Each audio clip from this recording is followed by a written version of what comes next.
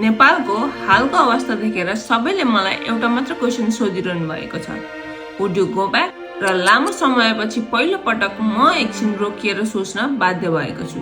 म अस्ट्रेलिया आएको थिएँ बेटर लाइफ बेटर अपर्च्युनिटिजको लागि।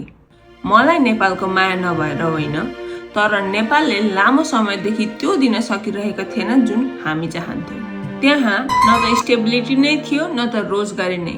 साँच्चै भन्नुपर्दा त्यहाँ भविष्यको भरै थिएन। तर यसको अर्थ यो होइन कि म नेपाललाई मिसै गर्दिनँ। म मेरो परिवार, नेपालको खाना, आफू हिँड्ने बाटो र आफ्नोपनलाई मिस गर्छु। र सोही समयमा मैले यहाँ पनि आफ्नो संसार बनाइसकेको छु र यहाँ म स्टेबल छु र यहाँ छोड्न पनि त्यति सजिलो छैन। त्यही भएर जब सबैले मलाई यो क्वेसन सोध्नुहुन्छ फर्किने होइन भनेर, तब मेरो एन्सर चाहिँ दोधार हुन्छ। तर यो महिनाबाट मेरो सोचमा परिवर्तन आउँदैछ। नेपालले भर्खरै एकदमै भारी मतका साथ नयाँ सरकार र नयाँ प्रधानमन्त्री पाएको छ। एक 35 वर्षको युवा with 100 reform plans, KPI governance, anti corruption registries, startup registrations in 2 days।